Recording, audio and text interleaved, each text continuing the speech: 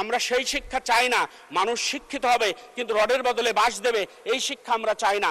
আমরা সেই শিক্ষা চাই না যেই শিক্ষায় বিনা কারণে আইসিইউতে ডাক্তাররা রাখবে। আমরা সেই শিক্ষা চাই না যে শিক্ষিত অফিসার বালিশ কাণ্ড করবে।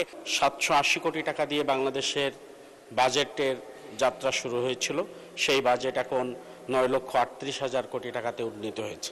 এদিকে তাকালে আমরা অনেকটা পথ এগিয়ে এসেছি, আমাদের জীবনের মান অনেক বেড়েছে, কিন্তু সেই গোলা ভরা ধান, পুকুর ভরা মাছ সেটা আমাদের কাছ থেকে হারিয়ে গেছে। বাজেট মানে শুধু উন্নতি নয়, বাজেট মানে টাকার বিষয় নয়, বাজেট হচ্ছে মানুষের শান্তি এবং নিরাপত্তা। এই শান্তি এবং নিরাপত্তা আমরা কতটুকু দিতে পারছি বাজেটে, সেটুকু একটু দেখার উচিত। বাংলাদেশের 5% মানুষের হাতে গোটা দেশের টাকা, আর বাকি 95% মানুষের হাতে বাকি টাকা।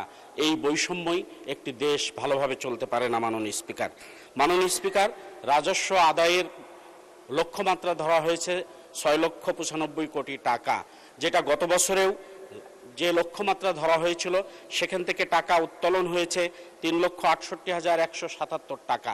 এই ঘাটতি কিভাবে বাজেট পূরণ হবে এটা আমরা জানি না। মাননীয় স্পিকার, বাংলাদেশে 8 কোটি মানুষ ইনকাম ট্যাক্স দেওয়ার মতো সক্ষমতা আছে, কিন্তু 30 থেকে 40 লক্ষ মানুষের শুধু ট্যাক্স ফাইল আছে, যাদের অর্ধেকটা ট্যাক্স পে করে আর বাকিটা ট্যাক্স পে করে না। মাননীয় স্পিকার, আমরা যদি আমাদের পাশের রাষ্ট্রের দিকে তাকাই তাহলে কর জিডিপির যে আনুপাতিক হার সেখানে দেখব নেপাল 23.3%, ভারত 20.3%, পাকিস্তান 15.2%, শ্রীলঙ্কা 13.3% আর বাংলাদেশ 7.59%। এই লক্ষ্যমাত্রা নিয়ে এত বড় একটা বাজেট সংকলন করার সত্যিই কঠিন। তবুও আমরা স্বপ্ন দেখতে চাই, আমরা এগিয়ে নিতে চাই দেশকে, আমরা দেশের মানুষের ভাগ্যের পরিবর্তনের জন্য এগিয়ে স্বপ্ন দেখতে চাই, উন্নয়নের জন্য আমরা একসাথে হতে চাই। মাননীয় স্পিকার, এই বাজেট বক্তৃতায় এসেই আমার কাছে বলতে ইচ্ছে হয় আমাদের সকল সংসদ সদস্যদেরকে কয়েকটি বিষয়ে একমত হওয়া খুবই জরুরি। সেটা হচ্ছে জুলাই সনদ, দুর্নীতি, মাদক, সন্ত্রাস, চাঁদাবাজ, গুম, আয়নাঘর, ফ্যাসিস্ট এবং গণহত্যা এবং পুশিনের বিরুদ্ধে আমাদের সকলের ঐক্যবদ্ধ থাকা উচিত। মাননীয় স্পিকার, আমরা আজকে এই ট্রেজারি বেঞ্চের বিপক্ষে আমরা বলবো, ট্রেজারি বেঞ্চ আমাদের বিপক্ষে বলবে। এই কাদা ছোড়াছুড়িতে যদি ফ্যাসিস্ট আবার মাথা উঁচু করে দাঁড়ায় তাহলে আমাদের কারোর জন্যই সেটা বোধহয় ভালো দিক হবে না। মাননীয় স্পিকার, এটা আমাদের সকল সময় মনে রাখা উচিত।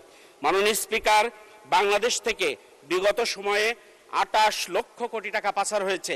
যেই টাকাটা যদি ফেরত নিয়ে আসা যায় তাহলে বাংলাদেশের আরও 3 বার এইরকম মোটা অঙ্কের টাকা বাজেট পেশ করা সম্ভব। মাননীয় স্পিকার, যখন এই টাকাগুলো পাচার হয়েছিল তখন কিন্তু বাজেটের বিভিন্ন খাত থেকে তৎকালীন সরকাররা বলেনি এই টাকাটা আমরা পাচার করব, এই টাকাটা আমরা সুইস ব্যাংকে রাখবো, এই টাকাটা আমরা অন্য জায়গায় রাখবো, এই কথা বলেনি।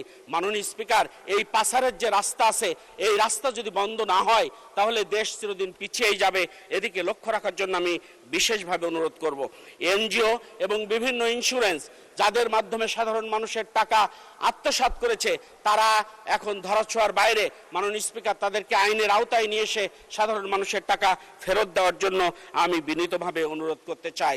মাননীয় স্পিকার, আমাদের শিক্ষা খাতের কথা আমরা বলেছি, আমরা সেই শিক্ষা চাই আমরা সেই শিক্ষা চাই না মানুষ শিক্ষিত হবে কিন্তু রডের বদলে বাঁশ দেবে, এই শিক্ষা আমরা চাই না। আমরা সেই শিক্ষা চাই না যেই শিক্ষায় বিনা কারণে আইসিইউতে ডাক্তাররা রাখবে। আমরা সেই শিক্ষা চাই না যে শিক্ষিত অফিসার বালিশ কাণ্ড করবে। আমরা সেই শিক্ষা চাই না যেই শিক্ষায় জঙ্গলগুলো কেটে উজাড় করে নিজের পেটে ভর্তি করবে। আমরা সেই শিক্ষিত মানুষ চাই না যেই শিক্ষিত মানুষ ফ্রিজের ভিতরে কোটি কোটি টাকা রাখবে। মাননীয় স্পিকার, তাহলে শিক্ষার ঘাটতি কোন জায়গায়, কিসের অভাবে আজকে আমাদের শিক্ষিত মানুষগুলো এত অপকর্ম করছে? এটা বিবেচনা করে শিক্ষাকে সংস্কার করে এগিয়ে নেওয়ার জন্য আমি বিনীত অনুরোধ করতে চাই। মাননীয় স্পিকার, আমি আমার অঞ্চলের কথা একটু বলতে চাই। আমার অঞ্চলে জীবননগর দর্শনা দামোহদার 4 লেনের রাস্তা করা দরকার বলে আমি খুবই মনে করি। আমার অঞ্চলের মানুষ আমাদের কাছে এই দাবি করেছে মৃত্তিকা গবেষণা ইনস্টিটিউট একটি করা দরকার। আমার অঞ্চলে আলু তৈরি হয়, ভুট্টা তৈরি হয়, ফল তৈরি হয়, সেটা রাখার জন্য কৃষকের ন্যায্য মূল্যের জন্য হিমাগার প্রতিষ্ঠার জন্য খুবই প্রয়োজন। মাননীয় স্পিকার, আমার 2 মিনিট সময় যদি একটু দিয়ে দেন, দয়া করে যদি একটু বাড়িয়ে দেন তাহলে।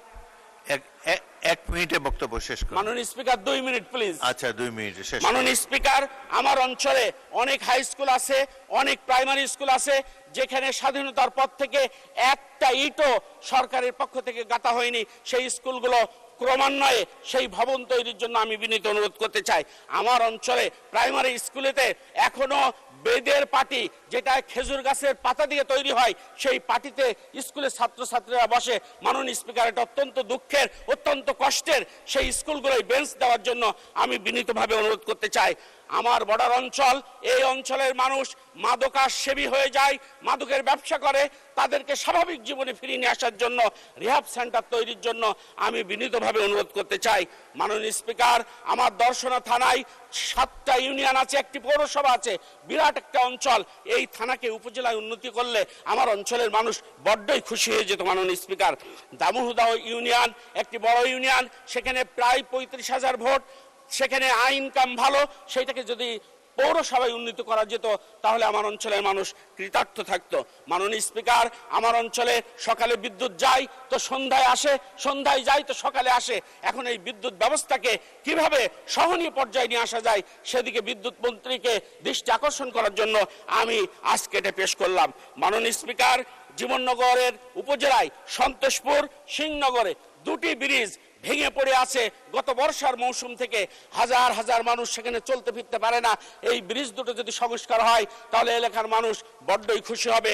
মাননীয় স্পিকার, কিছু অঞ্চলের মানুষ, 18 কোটি মানুষের ভিতর থেকে কিছু মানুষ বাদ দিয়ে কিছু মানুষের উন্নয়ন করলে যেমন সরকার ভালো চলবে না, ঠিক তেমনই ভাবে কিছু মানুষকে বাদ রেখে আমরা যদি পরিকল্পনা সাজাই সেটাও ভালো চলবে না।